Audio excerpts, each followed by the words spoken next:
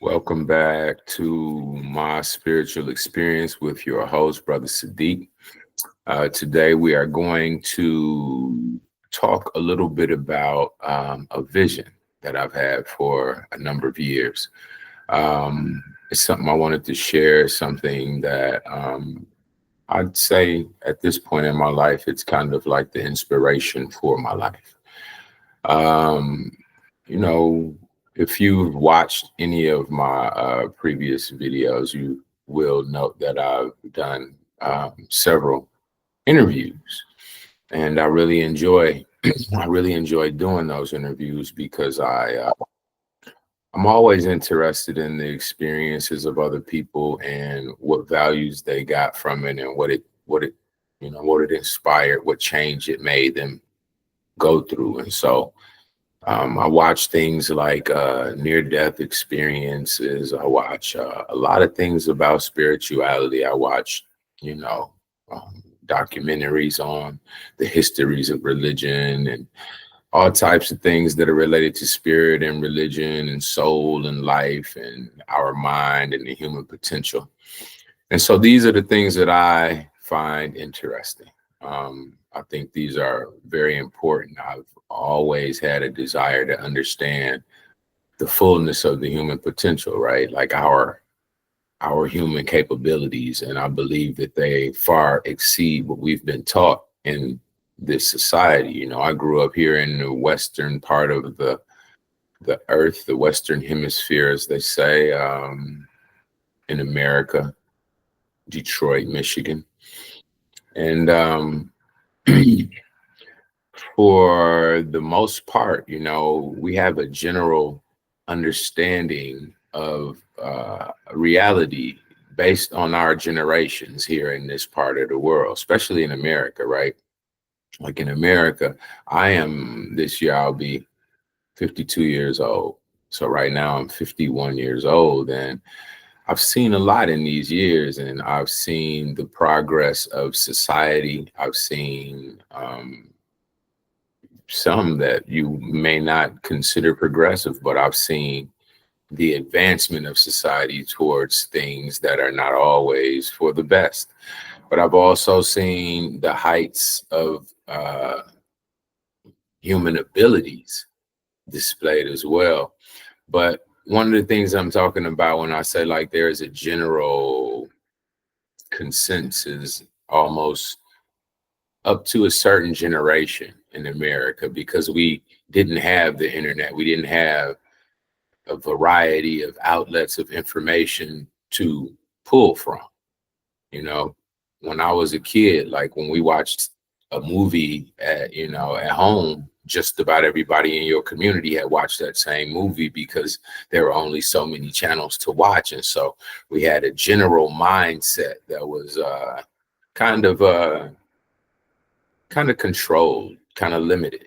And so, like in these times, kids have these phones, and these phones have all types of information available to them. And so, it has its positives and its negatives, as does most things. The yin and the yang of life. And so, with so much information available, they have the opportunity to learn a lot of things that we didn't have the opportunity to learn.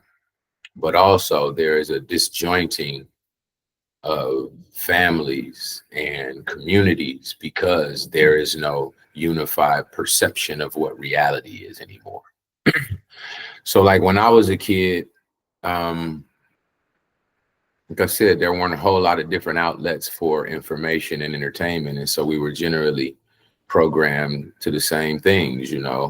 And so after, these phones and all of the internet became more popular, 90s, I guess you say, mid 90s, however, it became really popular.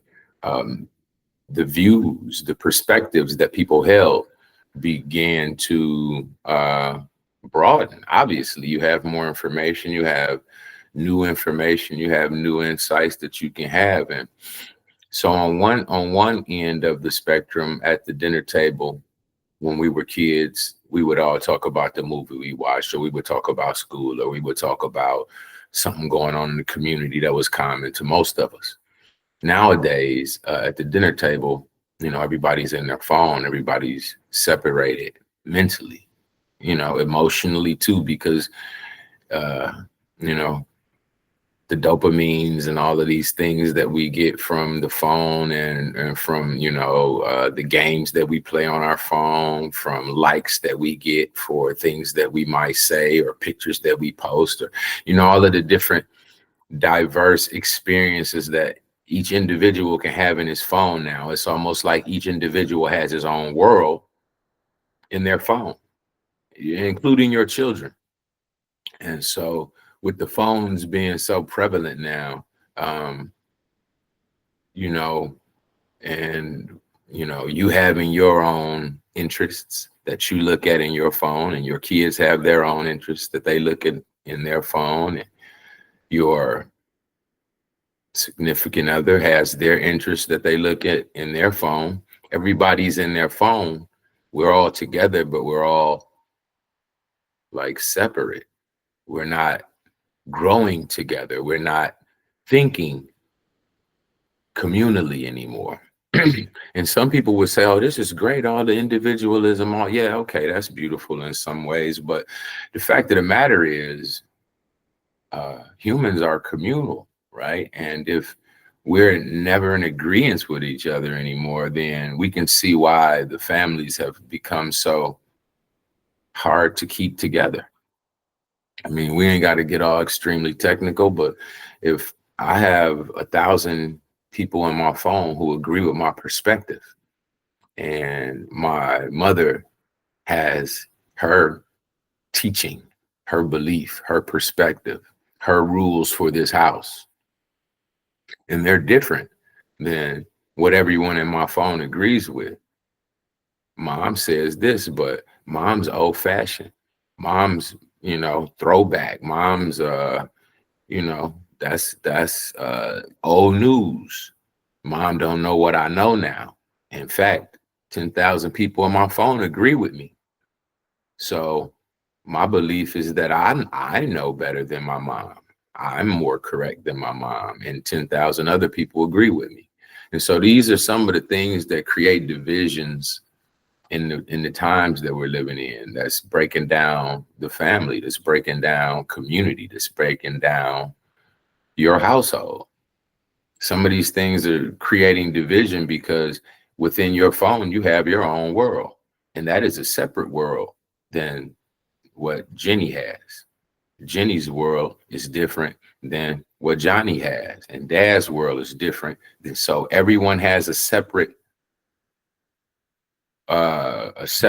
focus of attention than anyone else in the family. And so therefore all the division comes because no one sees a consensus of what reality is anymore. Yeah. And so here we are. And you have the argument of what is a girl, what is a boy, what is a man, what is a woman. Um, they call them the furries, like people being cats, and people being allowed in schools to uh, have milk bowls and wear animal costumes and things like this. And so the times that we're living in are quite, I guess you could say, confusing for some, chaotic for others. There is just the fact that we are in a transformative time. And for me, it's always the question. I don't mind transformation. I am with that. I feel like that's why we're here. I feel like we're here to consistently be growing. And so growing is changing. Those words are synonymous. Growth and change are synonymous. You cannot grow forward without changing from what you were before you grew. That's just obvious. But some people, I'm gonna just say, I say this because I grew up in the hood. I grew up in Detroit. And so in my environment, I used to hear people say, dog, I ain't gonna never change, bro. I ain't gonna never change. I'm always be this. This is who I am. I ain't gonna never be nothing different. You will never see me change. I never change up. And that's cool in some ways. But in other ways, it's totally self-defeating because, like I said, You're here to grow. You're here to change. You're here to become something more than you were yesterday. You're here to be something different than you were last year. You're on the planet to continuously evolve yourself, your spirit, your being, your presence, your thinking, your consciousness, your interaction with people, and developing these things to me is extremely important. But what I wanted to talk about, outside of my own personal thoughts about that, is this vision that I have for why I feel like I'm here, like my life's purpose and path and my reason for being alive. Like, people wonder, do you know why you're alive? Most people can't say that they do. I feel like I am quite blessed to understand why I'm alive, why I'm here, what I'm supposed to be doing. And, like I said, G.I. Joe, every time I say, knowing is half the battle, that's what always comes to mind, right? The G.I. Joe thing, knowing is half the battle. But then you have to do it. You have to process the knowledge of what you know, and then you have to bring it into full fruition through expression and from your being into reality. So like, many people wonder why they're alive. Many people don't know why they're here. Many people have that question about life itself. What is life? What is life? Why are we here? What is the purpose of life? All of these questions I've attempted to ponder and answer for myself. But ultimately, what is the purpose of life? Life is not really as important as what is the purpose of my life? What am I here for? And I think that is the more valuable take on that question, right? Or on the perspective of what is life, what is my life, what is the purpose of life, right? All of these things, I think, are good things to attempt to answer if you want to have a philosophical perspective that is a broader perspective of understanding of what this all is about. But more importantly is your own personal life, because knowing what life is about excuse me, is only as important and is only as valuable as what your life is about, right? Knowing the answer to what life is about, that's great. But what is your life about? Now, I'm gonna tell you, since we talking about it, I'm gonna say what I think I've pondered these things. So what is life about? Life is about each soul coming to this planet, each human being that is born on this earth, reaching their fullest potential, growing into their greatest form of self, growing into, if you were considered a plant, you would grow into the flower that blooms and blossoms and spreads your seed further. And if you were a fruit, then that's what you do. You reach your sweetest, most prime, most effervescent expression of self, and you drop your seeds, and then that continues. And so for me, it's about self-development, growth, becoming the greatest version of myself, you becoming the greatest version of yourself. That's what life is about, right? And you can base that on the fact that everything else outside of humans seem to know that, and that's what they do. You can just look at nature and see the progression of how everything starts from a seed in the darkness, unaware, just like the baby in the unawareness, and the baby in the belly, darkness. And then it comes forth into the light, and then it grows, and it goes through seasons, elementary, junior high, high school, all of that kind of stuff. Arm, baby, toddler, whatever all of the stages, infants, and all of this, the stages. And so what the problem in most of our lives seems to be is that once we become an adult, what we consider an adult, I'm a man now, I'm 21, I'm 18, I'm 24, whatever society says, oh, you're 26 now, insurance even changes. So whatever age we consider to be an adult, that's when most people stop caring about more development. Now, society, because there's a structure for what they want you to become, which is a good worker, a good citizen, et cetera, but hardly ever a transformative thinker, hardly ever your fullest potential. In fact, if you look at the world, we'll say the majority of the world has not reached their full potential.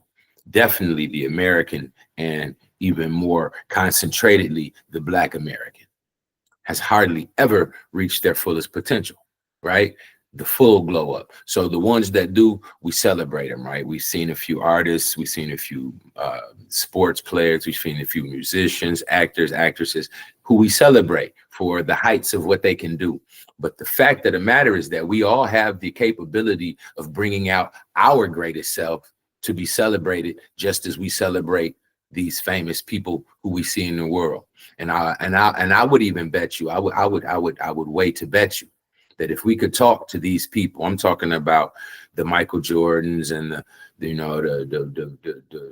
Elon Musks of the world, all of these famous people, all of these people who we think are excellent in the things that they do, I would say that if you were to ask him, are they reaching their fullest? Is there more that they could give? Is there more that they could bring? Is there more to them? They would say yes. They would say yes. What you're seeing is one lane where I was able to take it to its height. But in my heart, in my other parts of myself, there are other lanes that I'm working towards to be better at.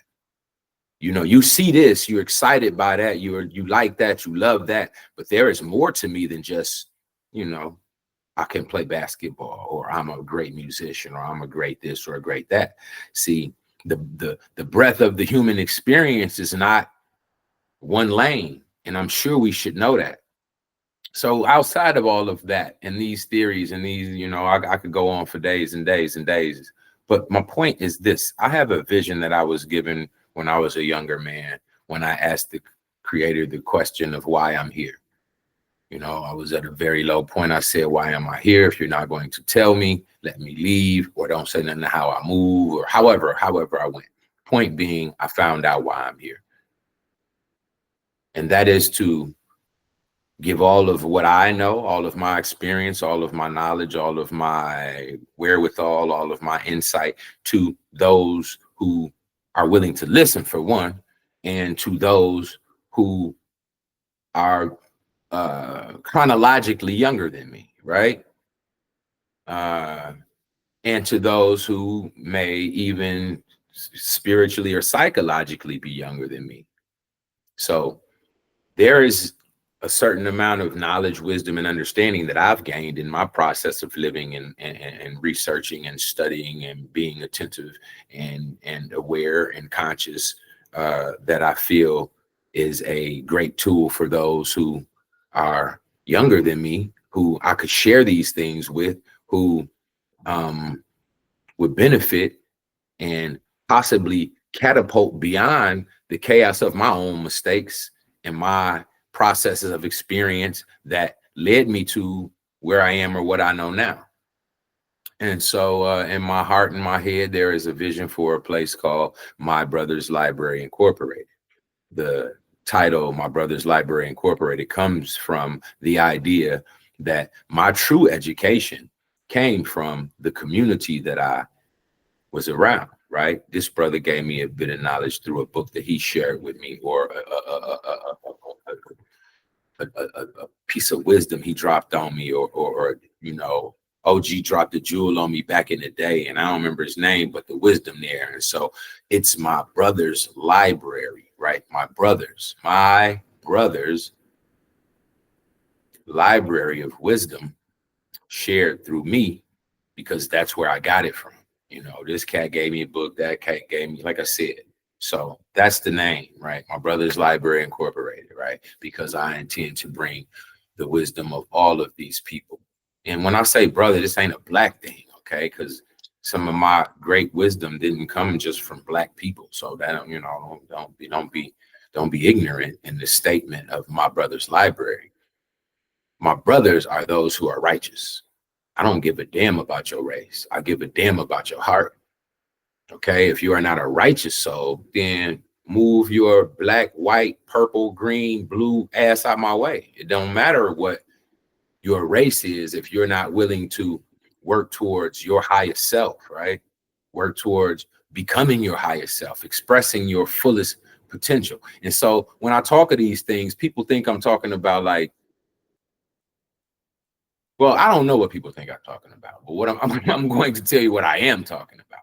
First off, when they talk about, oh, who you know, how you're going to be your best self, first, you got to start with just being good, right?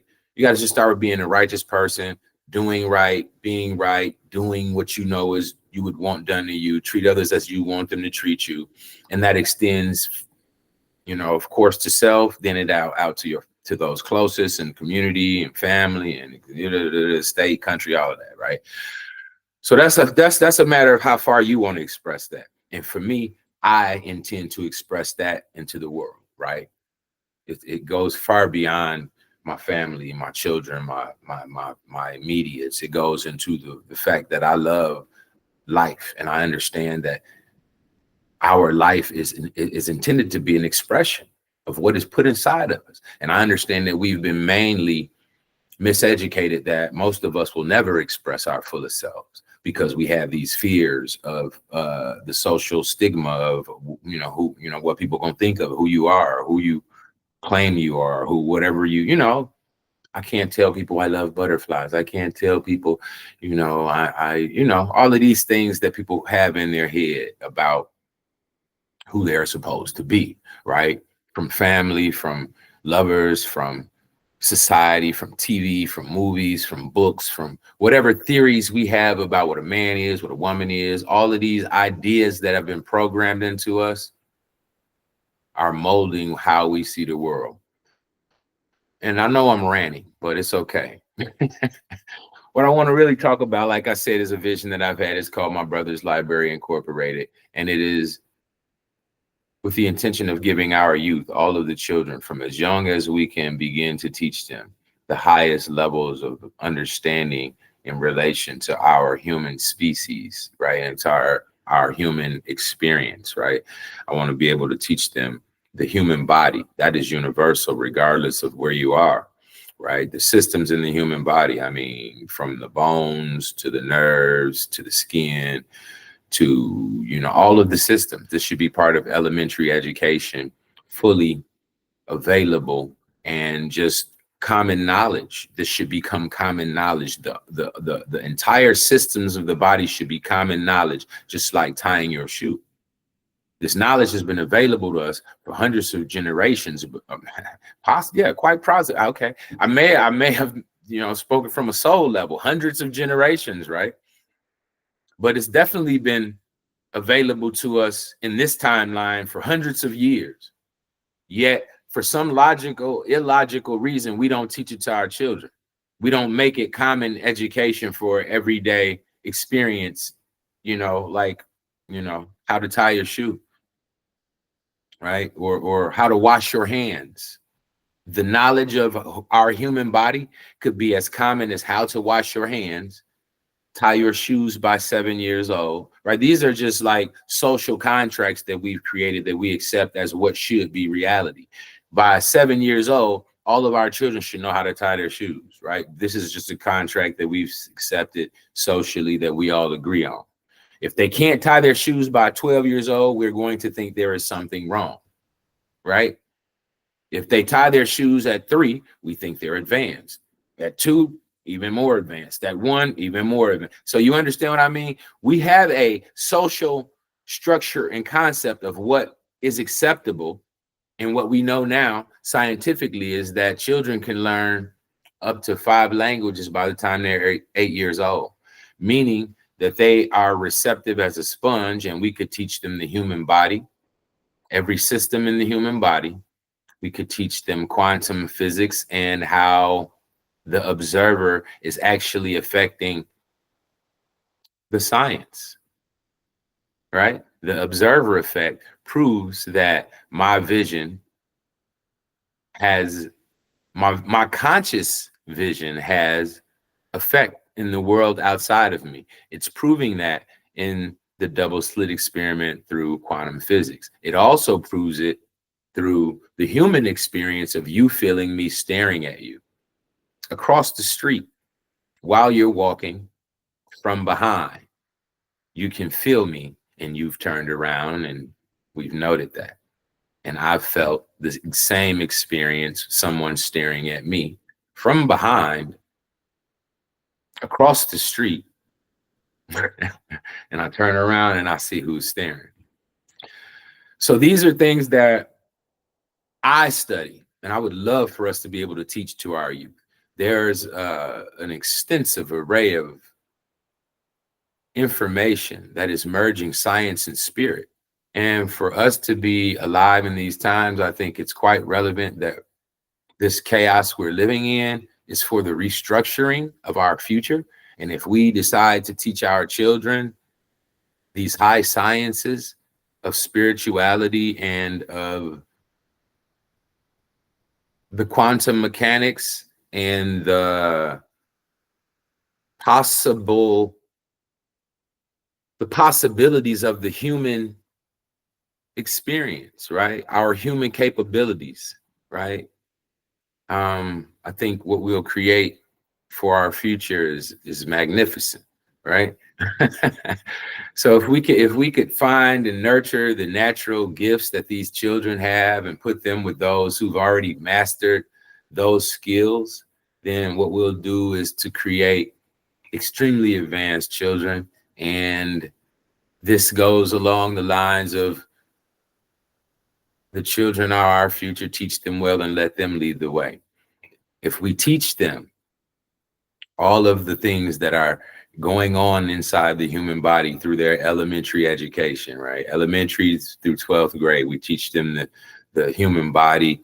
We teach them all of the different spiritual aspects of life that can be proven through experience, through the practice and experimentation, so that once you experience these things, there is no one who can tell you what is not true in relation to these things. And if we can give these high sciences to our children at a young age, we will defeat all forms of negativity, racism, ignorance, and that's our choice. This is a choice. This is a choice, and that is why I'm here. I know why I'm here. What I'm speaking about is a broad perspective change of society. Okay, we have to recognize that we have the ability to transform our world in a magnanimous way in the middle of this chaos, right? In the middle of this chaos, what is the vision that you would like to see to come about for your future, right? And our educational systems have proven to be totally ineffective at this point. They are just to train you to be a good citizen and a good worker. We must learn to restructure our educational systems so that we are getting the very best from each soul that enters those educational systems. So my vision, my intention is to help to bring about those new educational systems. My intention, my vision is called My Brother's Library Incorporated, 24-hour community center, beds, food, clothes, tutors, mentors, social workers. All of these things are necessary for us to rehabilitate our community, our communities. And so junior apprenticeship programs, of course, because we need to get our youth involved in trades and in skills and in sciences that develop them. As soon as we know that they have a acumen or a aptitude or an interest or a desire or a drive, we have to feed it. We have to nurture it. We have to protect it. We have to help them to bring it forth. Teach the children and let them lead the way. Stop teaching them what we already know. We can't teach them to be doctors, lawyers, because what we'll do is keep repeating the same cycles that we see our generations rolling through. Or we can teach them the high sciences. We can teach them their bodies. This is one other thought. Please take this in. If we had taught all of the things that science has learned to our children as part of elementary education, we will be one of the most advanced species in the universe. Say that? What I say? Yeah, what I'm saying is if you'd have taught how to build a light bulb from first grade to third grade, every American would know how to build a light bulb. If you had taught the human body from the first grade through the eighth grade. Every human in America would know how their body interacts. If you had taught the the the the actual foods that benefit and that are healthy for the different parts of the body. These are all parts of education that can be obviously learned and taught and become part of the expression of the way we live in a future that is part of my vision. So there'll be more to come. I'll talk more about it, but I just wanted to share that because I thought it was something that was important. And so um, that's what this is all about, my spiritual experience. I just wanted to give a little update on what this is kind of headed towards. It's all about people's personal spiritual experiences, but it's ultimately about me finding a team of those souls who recognize the value of what we must be doing in the time that we are living in. And this is a transformative time. And I feel I am an ambassador for the kingdom of heaven. And so those who recognize that and those who come along and those who continue to work with me and we build forward towards these things, I don't think it'll be a conversation that'll have to, be expressed many times. I think the fruit of the labors will prove true, and the world will know from there. And so I give love to you all. I hope you all reach to the heights of what you were created to be, and that light that is the life that is inside of you bursts forward as strong as the sun on a sunny day, and that it expresses through you as the power of life that is love, that is light, that is God, that is source, that is the value of your soul and the reason that you are here. I love you. I recognize that we are here in a transformative time, and that your your glory, your grace, your beauty, your manifestations,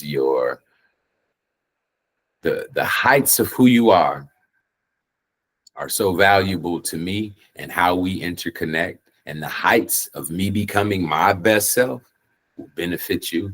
And I hope that we can all understand this sooner than later, because our vision of what the future is actually what's going to come about. So, like I said, I hope you all reach to the heights of who you are, and that the love of the Creator pours through you into this world in its most magnificent way, and that you represent to the fullest that which you are and that which you were sent here to express, and that you are celebrated as high as Michael Jordan and Elon Musk and every other soul who's reaching towards their highest selves. And so one love, fam. All roads lead to spirit. And so every decision, every thought, every move, every word, every action that you make is advancing you or growing you. It is leading you forward, or is, this is it. And we're in that time. And I just wanted to share that today. And yeah, I just wanted to stay in association with you and let you know this is all about love and all about spirit, and all roads lead to spirit. And I am your host. Hats off to you all, as I say often, who are on that spiritual road, because it's not an easy road, but it's definitely worth it. And it's so purpose filled. And you understand that that's why you're here. What else are you here for? One love, fam. All roads lead to spirit. Peace.